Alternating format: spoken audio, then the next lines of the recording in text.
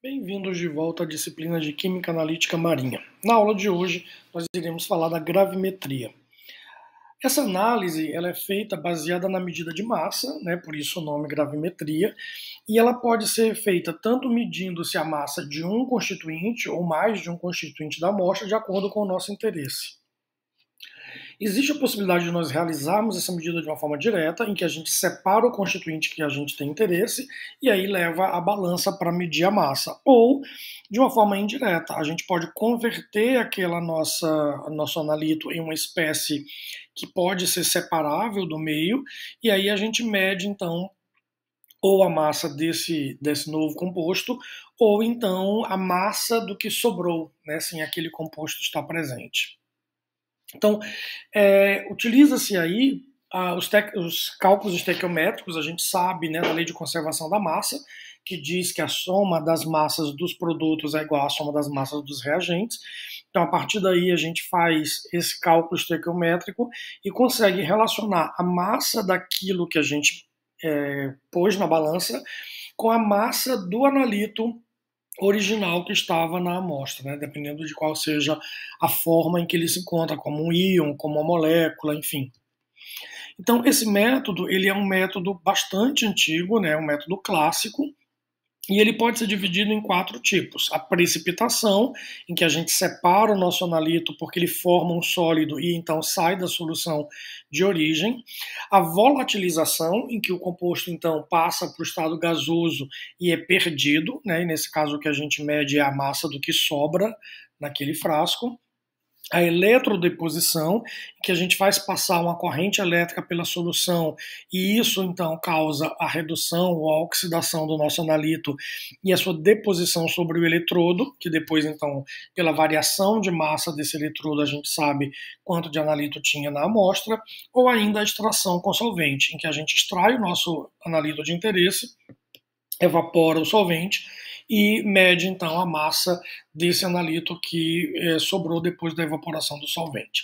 Então, esses métodos eles podem ser utilizados de acordo com a nossa necessidade e são métodos de bastante importância porque, como eu já disse, eles são métodos clássicos e por isso eles têm uma grande abrangência e uma grande aplicação, sendo utilizado muitas vezes como métodos padrão para padronizar métodos mais modernos de análise. Então, às vezes, quando a gente tem um método instrumental e apresenta uma dúvida sobre o resultado daquele método instrumental, a gente busca métodos clássicos e a gravimetria pode ser, então, esse método que vai padronizar esses métodos mais recentes, mais novos, por comparação.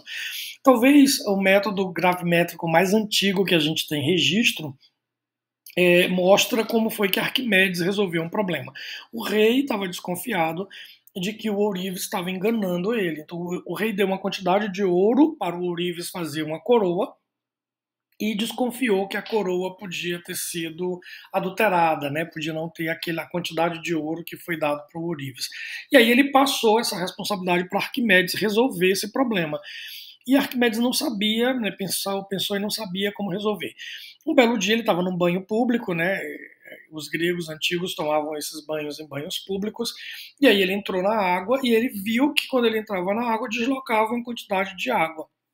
E outras pessoas deslocavam quantidades diferentes de água. E aí ele percebeu que a massa de um determinado material ocupa volumes diferentes, é o que a gente chama de densidade, a relação massa-volume. Então, ele pegou aquela quantidade de ouro que o rei tinha dado para Ourives, colocou num frasco com água, pensou nisso, pensou nessa solução. Colocar essa quantidade de ouro num frasco com água, ver quanto de água se desloca, depois colocar a coroa do rei dentro desse mesmo frasco e ver quanto de água se desloca. E aí ele resolveu o problema. Então, diz a lenda que ele ficou tão emocionado, tão eufórico com essa descoberta, que ele saiu do banho pelado, correndo, gritando pelas ruas, Eureka, Eureka, que significa, descobri, eu encontrei. E aí talvez seja, então, o primeiro método gravimétrico, que a gente mediu, então, a massa de material, colocava, então, no frasco, deslocava um volume e a gente tinha a densidade daquele material. Então, se o ourives estivesse misturado com outros materiais, como tem densidade diferente, a densidade seria diferente do ouro puro. Bom, e quais são os instrumentos, né? Então, geralmente, a gente tem uma instrumentação bastante simples, a balança é indispensável, né? Nós vamos precisar medir massas, mas é muito comum a gente ter que usar estufas para poder secar esses materiais, forno mufla, às vezes é preciso calcinar o material e eliminar todos os voláteis daquele material, chapas aquecedores, banhos-maria, banhos de areia e assim por diante. É também muito comum a gente precisar cadinhos de metal, se a nossa amostra ou os nossos reagentes não forem corrosivos a esse metal, ou ainda cadinhos de porcelana ou até mesmo de vidro. Eu já vi até o uso de cadinhos de teflon, quando, por exemplo, a gente utiliza ácido fluorídrico, e esse ácido fluorídrico então atacaria, né, todos esses materiais que foram anteriormente mencionados, e aí eu já vi esses cadinhos poliméricos nesse tipo de situação. Os pesa-filtros, que são uma vidraria que a gente utiliza para manter aquelas coisas que são higroscópicas afastadas da água, da umidade do ar. Então a gente coloca o nosso material dentro do pesa-filtro e fecha, ele tem um vidro esmerilhado na tampa, e aí fecha esse material e mantém ele dentro de dessecadores. Esses dessecadores têm sílica em gel para poder retirar a umidade daquela atmosfera e o nosso material não absorver essa umidade do ar. Então essa vidraria é uma vidraria bastante simples, né? Vamos pensar nos diferentes tipos, então, de análise gravimétrica. Primeiro, que é a precipitação. Então, a gente tem uma solução mãe, onde o nosso analito está ali, a gente adiciona um reagente que vai precipitar, vai formar um sólido que se separa da solução mãe. A gente precisa purificar esse precipitado, às vezes só manter ele na solução mãe por um tempo é suficiente para que ele seja purificado. Às vezes a gente faz uma lavagem com a solução daquele agente precipitante para aumentar a eficiência dessa precipitação e retirar impurezas, né? A gente pode então secar isso numa estufa e calcinar isso num forno mufla para retirar, além da água, vários compostos voláteis. E a gente tem que tomar cuidado porque alguns compostos podem se decompor. É o caso, por exemplo, do carbonato.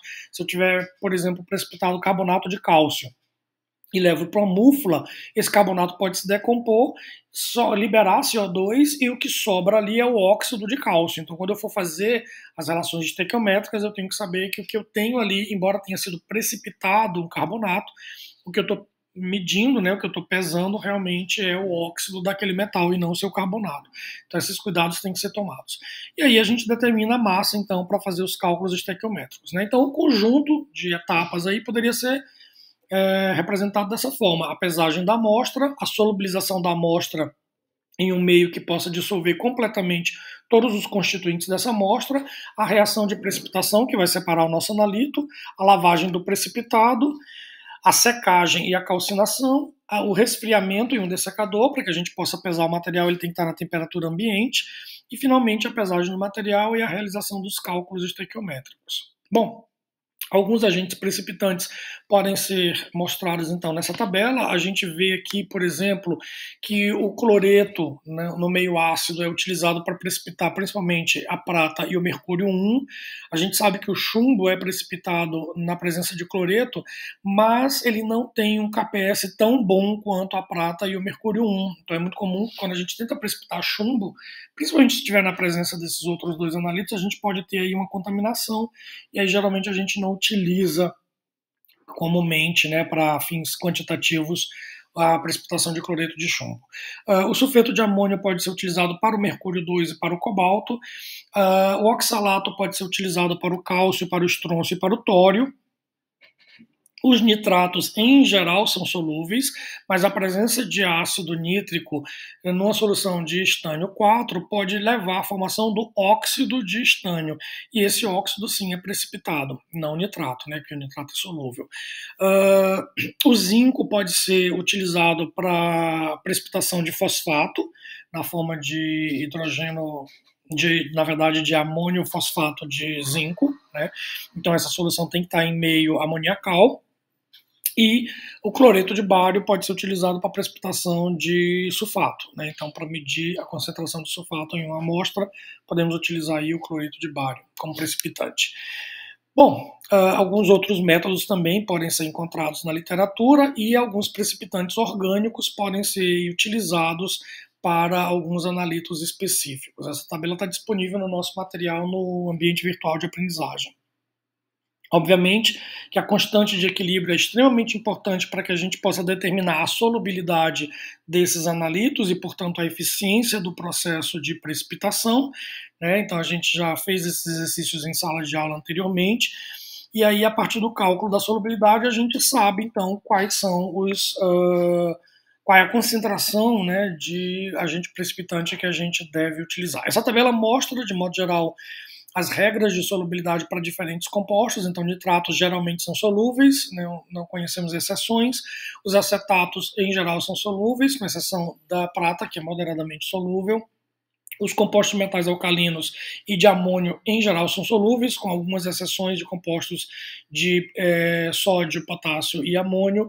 Os fluoretos, em geral, são insolúveis, com exceção aí dos alcalinos e do fluoreto de amônio, de prata, de estânio 2 e de mercúrio 2.